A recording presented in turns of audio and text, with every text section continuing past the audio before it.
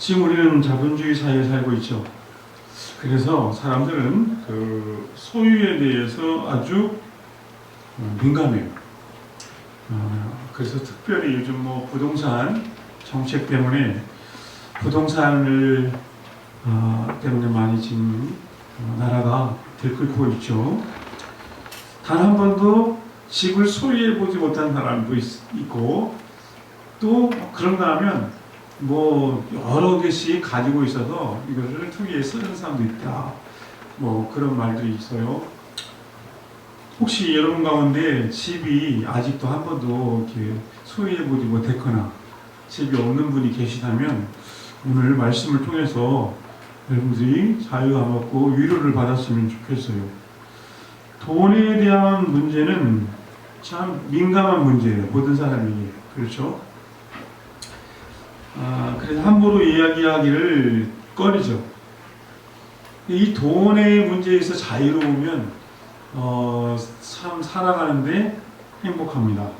성경에서 예수님께서 비유하신 내용들을 보면 대부분 이 돈에 대한 경제적인 문제에 대한 달란트 비유, 뭐 천국의 그 비유가 다 물질과 연관이 다 되어 있어요. 어떤 나이 든 부부가 있었는데 남편이 돈이 좀 많았어요. 그런데 그 돈을 어떻게 쓰느냐고 물어봤어요. 그래서 아내에게 그 돈을 하나도 안 주면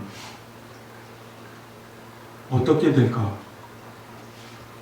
여러분, 남편이 돈이 많은데 아내에게 돈을 하나도 안 주면 맞아 죽는답니다.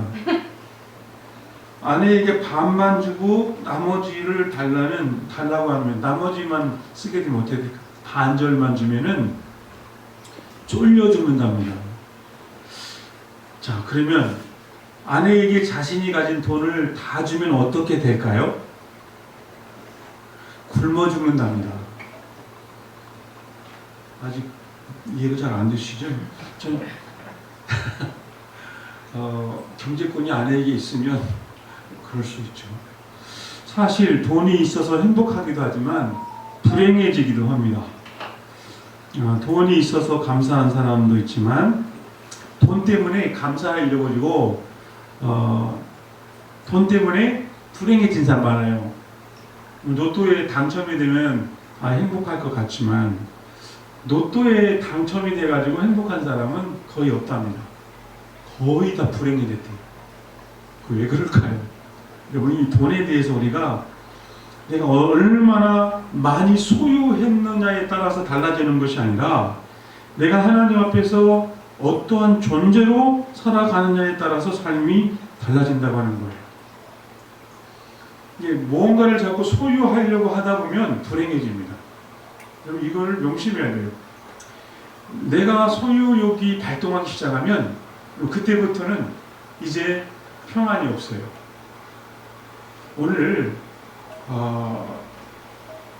제가 말씀의 본문에 들어가기 전에 우리가 이 돈 문제뿐만 아니라 내가 이 세상에서 나를 얽매이고 있는 많은 문제들이 있어요.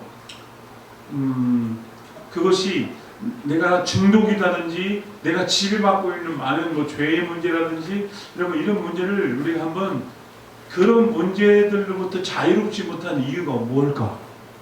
내가 여기서 해방되지 못한 이유가 뭘까를 고민해보는 시간이 되었으면 좋겠는데, 어떤 분이 이런 조크를 했습니다.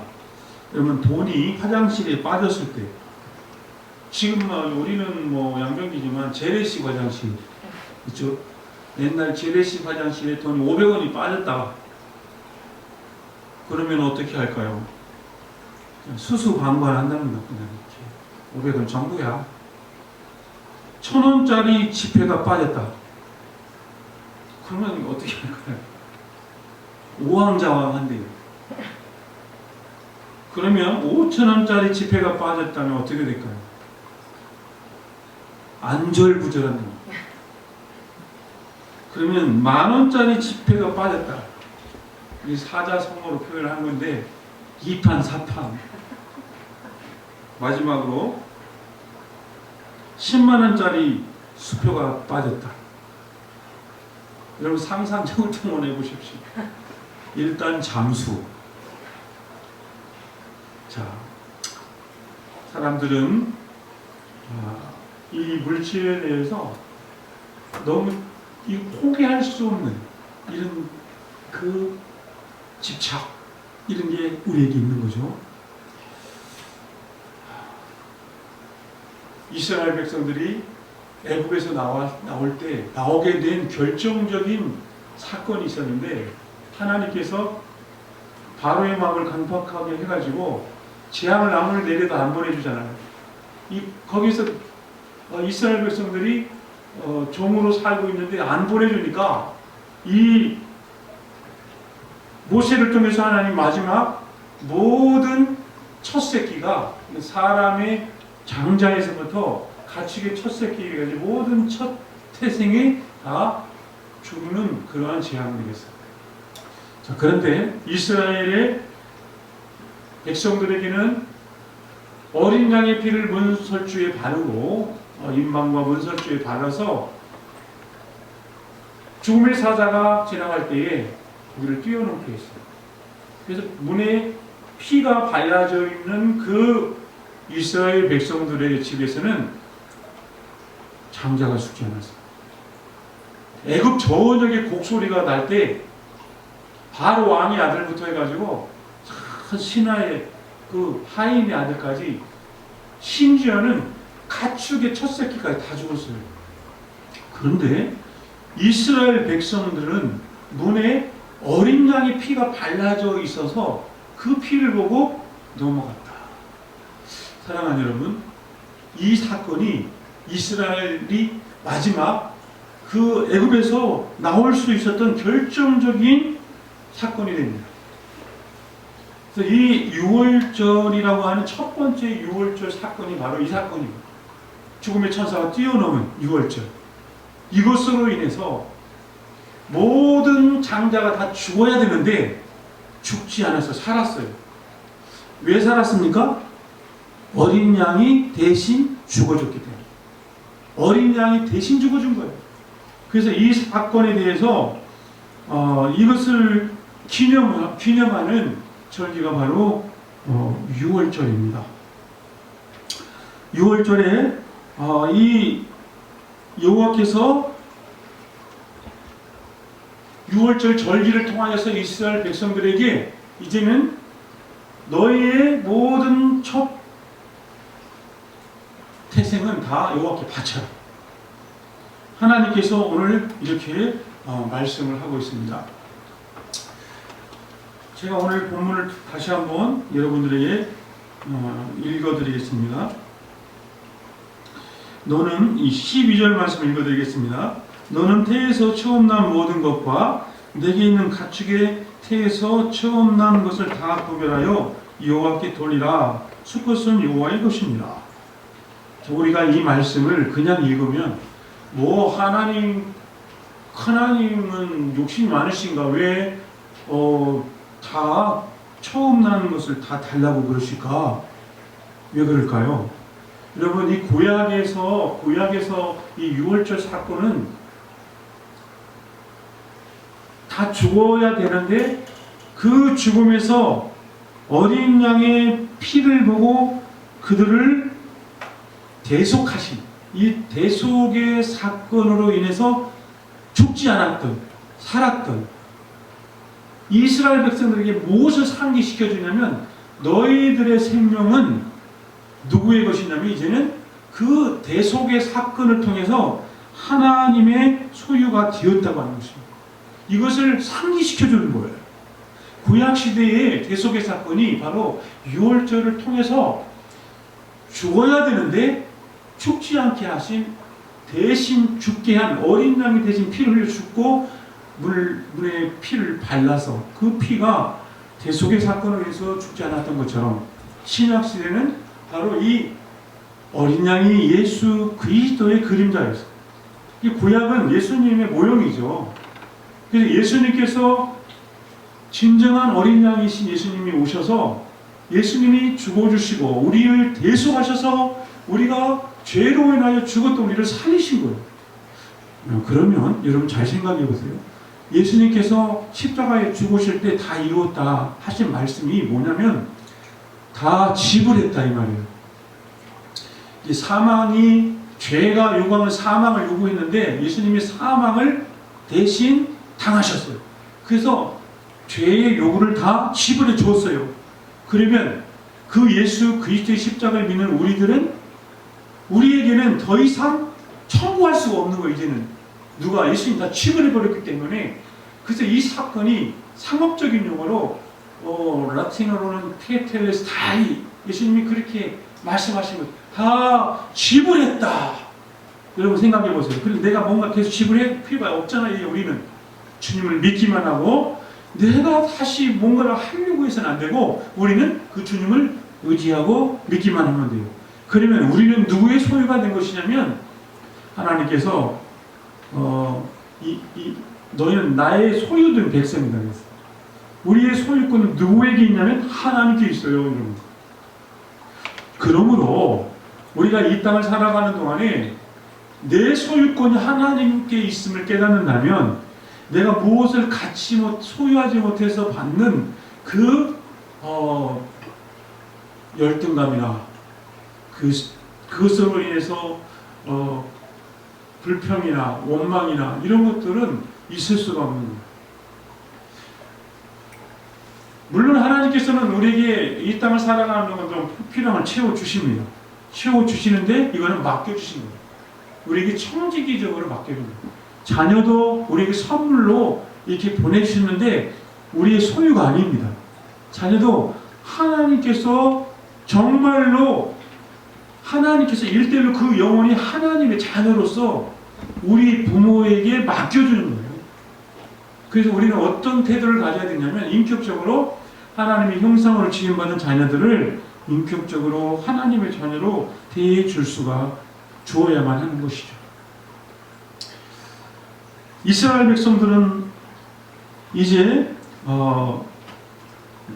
후일에 아들들이 내게 묻기를 이것이 어찌 됨이냐 하거든 너는 그에게 이르기를 여호와께서 그 손의 권능으로 우리를 애굽에서 곧 종이 되었던 집에서 인도하여 내실세.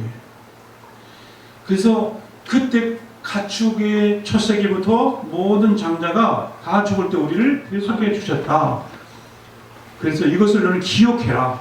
그래서 이스라엘 백성이 이 미간에다가 이 이마 사이에다가 이 경술 이걸 담는 통을 만들어서 내고 다녔어요. 그리고 옷술에다가 이걸 기록해가지고 잃어버리지 말라고. 그래서 의식적으로 이스라엘 백성들을 그렇게 하고 다녔는데 하나님께서 우리에게 진정으로 원하시는 것이 있다면 뭐냐면 이걸 기억하는 거예요. 우리가 하나님의 은혜로 대속받은 자, 대속되어서 우리는 이제 완전히 하나님의 소유된 백성이 되었으므로 더 이상 죄에 매여 있을 수가 없고 우리가 이 세상에 매여 있는 존재가 아니라 정말 진정한 자유로 하나님이 주신 은혜 안에서 자유를 누리는 자임을 우리가 깨달아야 됩니다. 여러분 그래서 예수를 믿는 순간 우리는 죄로부터 자유를 얻게 되고 그리고 예수를 믿는 순간 우리 마음에 뭐가 찾아와요? 참된 평안이 찾아옵니다. 왜 그럴까? 이 비밀을 알게 될 때 그렇게 되는 거예요. 그러나 여전히 내가 신앙생활을 시작한 이후에도 왜 마음에 평안이 없고 자유가 없는가? 여러분 이게 내가 뭔가 소유하려고 하는 욕심이 이 세상의 모든 것들의 소망이 있기 때문에 이 하늘의 소망을 두지 않고 살기 때문에 이런 일들이 발생을 하고 있는 것이죠. 그래서 부자와 나사로 이야기를 예수님 비유로 말씀하실 때에 부자가 어떻게 했냐면 부자는 이 세상에 떵떵거리고 살아요. 떵떵거리고 정말 날마다 잔치를 베풀고 살아요. 근데 거지 나사로는 그 집 문 앞에서 산에서 떨어지는 부스러기 먹고 개처럼 그렇게 살아요. 근데 나중에 보면은 나사로는 아브라함의 품에 천국에 가 있고 부자는 지옥에 들어가 있어요. 왜? 이 세상의 모든 그 소망을 두고 살았던 이 부자는 하나님의 나라에 대한 소망을 두지 않았어요. 그런 나사로는 이 세상에서 비참하게 가난하고 정말로 거지처럼 살았지만은 그는 소망을 하나님의 나라에 두었어요. 여러분, 이 차이예요. 그러면 이 세상에서 성경에서 비유를 보면은 한 부자가 내가 창고가 부족하니까 더 지어야 되겠다. 이제 쌓을 곳이 없다. 하고 창고를 더 지으려고 할 때 말씀하셨어요. 내가 오늘 네 영혼을 불러가면 이 모든 소유가 다 누구 것이 되겠느냐. 어리석은 부자요. 이렇게 말했어요. 부자는 계속해서 창고를 지으려고 노력을 했지만은 진정 하나님이 맡겨준 그 재물을 정말 하나님이 기뻐하시는 곳에 흘러보내고 쓸 수 있는 청지기적인 사명이 없었기 때문에 어떻게든지 이 세상에서 많은 것을 소유하려고 그렇게 노력을 했던 전형적인 그러한 모습이었죠. 그러면 이것이 바로 우리를 불행하게 만드는 것입니다. 하나님께서는 우리의 모든 필요를 다 채워주셔요. 여러분, 내가 소유하려고 노력하지 않아도 우리가 이 땅을 살아가는 동안에 필요한 모든 걸 다 채워주십니다. 여러분, 그것 때문에 거기에 매여있는, 그렇게 매여서 자유함이 없는 그런 인생을 살아서는 우리는 안 됩니다. 이 두 가지입니다. 우리가 영적인 진정한 대속의 은혜로 자유를 누리는 것과 이 세상에서 하나님 주신 일반 은총 가운데서도 우리가 하나님이 주신 것을 누리지 못하는 것은 내 것이 아니니까 하고 우리가 그렇게 생각하잖아요. 여러분, 요즘 우리나라 기후가 정말 이상해져가지고 비가 너무 많이 오잖아요. 그렇죠. 어제 제가 동남아에 여행 온 기분이더라고요. 필리핀이나 이런 이렇게 태국이나 이런 데 여행 온 날씨가 그래요. 그리고 갑자기 하늘이 깨끗해지고, 자, 그러면 저는 이렇게 막 물이 흐르는, 비 온 다음에 물이 흐르는 그 시냇물이나 계곡물을 보면 너무너무 좋아요. 여러분도 아마 그럴 거예요. 막 물이 콸콸콸 넘치고 있고요. 조금만 나가보면, 오늘 또 제가 운전하고 돌아오면서 보니까 모든 막 강물이 막 출렁출렁하고 이 산에서 막 물이 폭포수처럼 쏟아져 내리고 막 이러는 거예요. 이걸 보면서 우리는 어떻게 생각합니까? 야, 저렇게 계곡 옆에다가 별장 하나 짓고 살면 좋겠다. 뷰가 좋은 바닷가. 여기에다가 내가 집을 하나, 땅을 사서 집을 줬으면 좋겠다. 우리 그런 생각을 합니다. 그러면서 내가 거기다가 집을 짓지 못하고 사는 것을 아쉬워해요. 여러분, 그러지 마시기 바랍니다. 거기 가면 돼요. 거기 가가지고 하나님이 우리에게 누리라고 주신 모든 자연 속에서 그걸 누리면 됩니다. 요즘 계곡마다 많은 그 상인들이 그걸 다 철거시켜가지고 계곡마다 모든 아이들이 마음껏 정말 거기 놀고 싶은데 자리세를 내라고 해서 옛날에는 돈을 내고 밥을 먹어야 그 평사가 하나씩 얻고 했던 그런 시절이 있었어요. 근데 지금은 그걸 좀 정리를 해줘가지고 마음껏 내려가서, 계곡에 내려가서 물에 발을 담글 수도 있고 거기에서 그 주신 자연을 우리가 누릴 수 있어요. 여러분, 그 계곡이 여러분 것입니까? 여러분, 내가 돈 주고 샀습니까? 내가 등기를 올렸습니까? 내 이름은 등기가 안 됐으니까 우리는 누릴 수 없나요? 안 그렇잖아요. 여러분, 이 모든 것은 주인이 하나님이 돼요. 우리는 이 땅에 살아가는 동안에 이걸 내 소유로 삼으려고 노력하지 말고 하나님이 주신 일반 은총을 누릴 줄 아는 여러분 되길 축복합니다. 여러분, 한라산도 우리 아버지 것이고 백두산도 우리 아버지 것이요. 여러분, 저기 흘러간 저 한강물도 우리 아버지 거예요. 그렇지 않습니까? 여러분, 제가 특별히 허락할 테니까 남산 마음껏 구경하세요. 올라가서 서울 야경도 한번 보시고, 우리 아버지 거니까 여러분, 이게 소유하려고 하는 사람들은 어떤 마음이냐면 이걸 어떻게 내가 사들이지? 이 생각만 하는 거죠. 그런 사람에게는 진정한 자유가 없어요. 마찬가지예요. 우리가 하나님의 소유된 백성인 것을 잃어버리고 내가 인생의 주인인 것처럼 살아가는 자들은 여러분 쉼이 없습니다. 그런데 이 비밀을 깨닫는 순간 마음의 진정한 자유와 평안이 오기 시작해요. 신앙생활의 비밀은 바로 여기에 있어요. 수고하고 무거운 짐진 자들아 다 내게로 오라. 내가 너희를 쉬게 하리라. 이 말씀은 뭐예요? 너희가 모든 걸 쥐고 내가 하려고 몸부림치는데 그걸 한번 나한테 맡겨봐. 내가 책임져 줄게. 이런 믿음이라고 하는 건 다른 게 아닙니다. 맡기고 마음 평안을 찾는 거예요. 하나님의 말씀을 믿고 그리고 주님이 이 모든 문제를 해결해 주시고 믿고 믿음은 그거예요. 내가 계속 염려하고 불안해하고 불평하고 원망하고 이것은 믿음이 없는 사람의 모습입니다. 이것은 진정한 자유를 누리지 못하는 죄로부터 완전히 해방되지 못한 사람은 지금도 죄의 노예가 되고 있어요. 여러분 예수 그리스도의 십자가에서 주님이 죄의 모든 대가를 지불해 버리시고 십자가에서 돌아가셨던 거죠. 우리도 우리의 모든 죄악된 자아를 이미 사망 선고를 해야 돼요. 십자가에서 그런 저 그리스도 안에 있는 자에게는 여러분 우리가 어떻게 됩니까? 정죄함이 없다 했어요. 그래서 우리는 이제는 생명의 성령의 법 안에서 우리가 자유를 누리게 되었어요. 여러분 무슨 문제가 여러분을 짓누르고 있습니까? 요즘 많이 힘들어요. 그런데 이러한 상황 속에서도 우리가 마음의 평안을 회복하는 비결이 있다면 그건 다른 것이 아니라 하나님이 내 삶의 주인 되심을 그리고 나를 위하여 주님이 그 엄청난 생명을 하나님의 독생자의 생명을 십자가에서 대신 지불해 주셨다는 것을 다시 한번 늘 기억하시기 바랍니다. 이 구약시대는 이스라엘 백성들이 자녀들에게 그걸 기억할 수 있는 미간의 표가 되게 해라 그랬어요.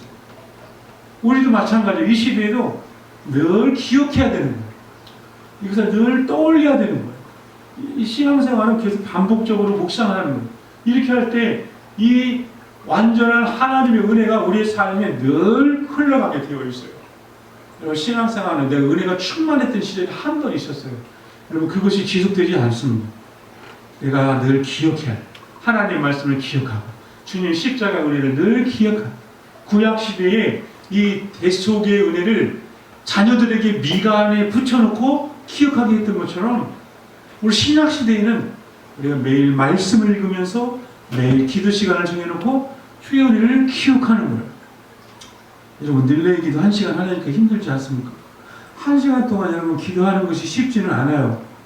근데 여러분 1시간 동안 왜 어려웠냐면 내가 뭔가를 자꾸 말해야 된다고 생각해요. 뭔가 주문을 외우는 것처럼 말해야 되는 것처럼 주문부원 하려고 하지 마시고 여러분 그 시간에 하나님의 음성을 들으시기를 바랍니다. 하나님의 음성을 듣는 시간이 있어야 돼요. 들어보세요. 내가 너를 사랑한다. 내가 너를 지명하여 불렀는데 너는 내 것이다.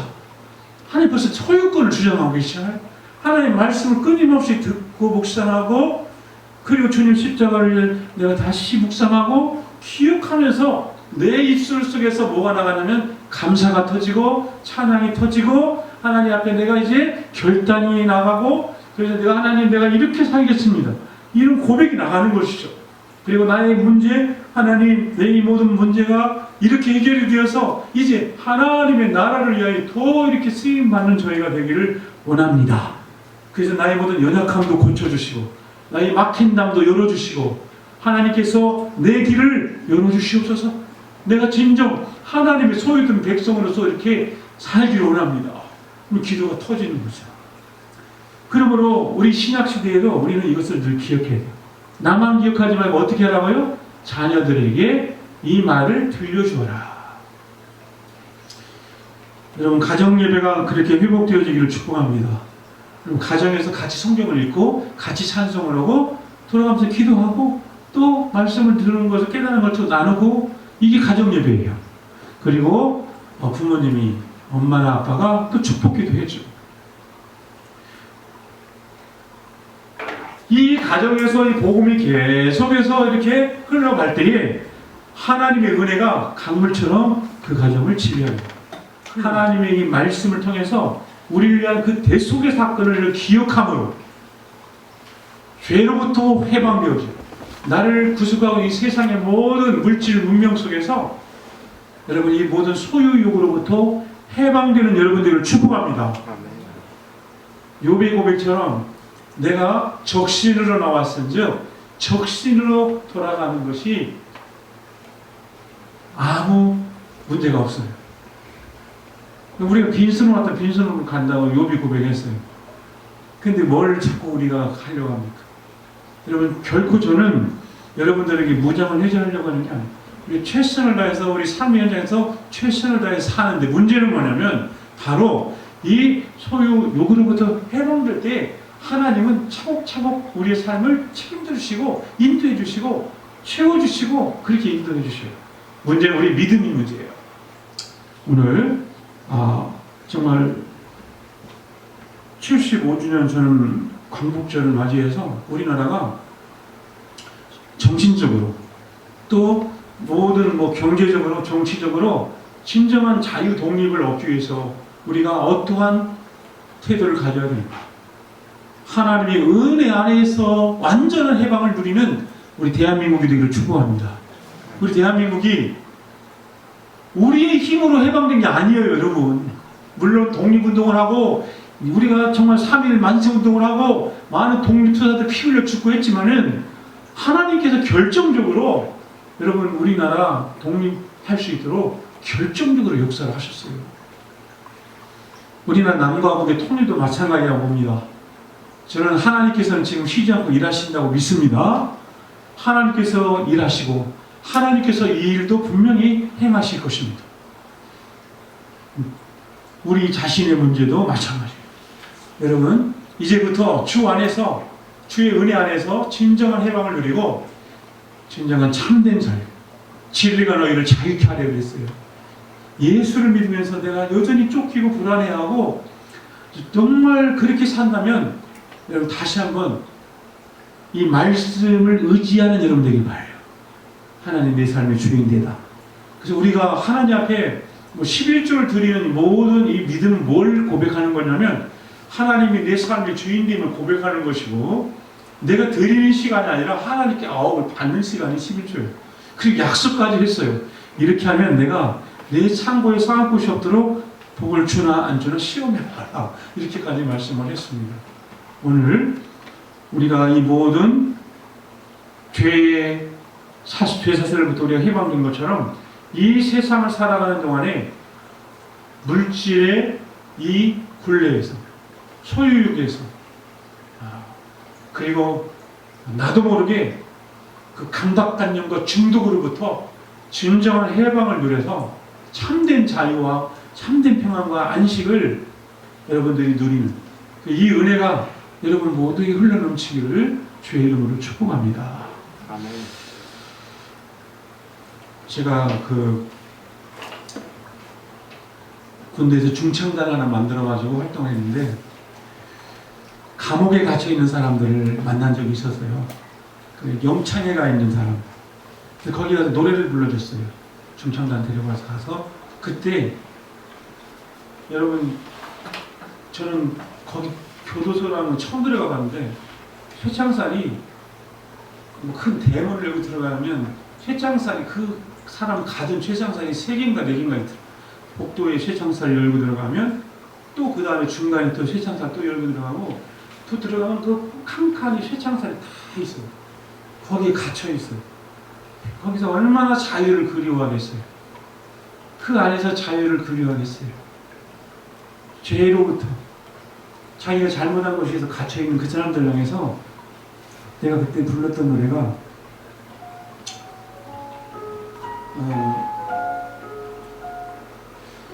그건 반주가 없어요. 근데 제가 그냥 불러볼게요. 불평 불만과 환멸 가득 찬 이 세상에 너는 무엇 위해 사는가? 참된 자유와 평화 너는 맛보았는가? 너는 무엇 위해 사는가? 참된 자유, 참된 평화, 나는 이걸 위해 살겠네. 불평 불만과 환멸 가득 찬 이 세상에 너는 무엇 위해 사는가? 너는 무엇 위해 살까? 여러분 이 질문에 어떻게 답하시겠습니까? 나는 예수 안에서 대속 죄사함을 받았으니 이제는 그 안에서 참된 자유와 평안을 누리기를 원합니다. 여러분 이 은혜가 여러분에게 있기를 주의 이름으로 축복합니다.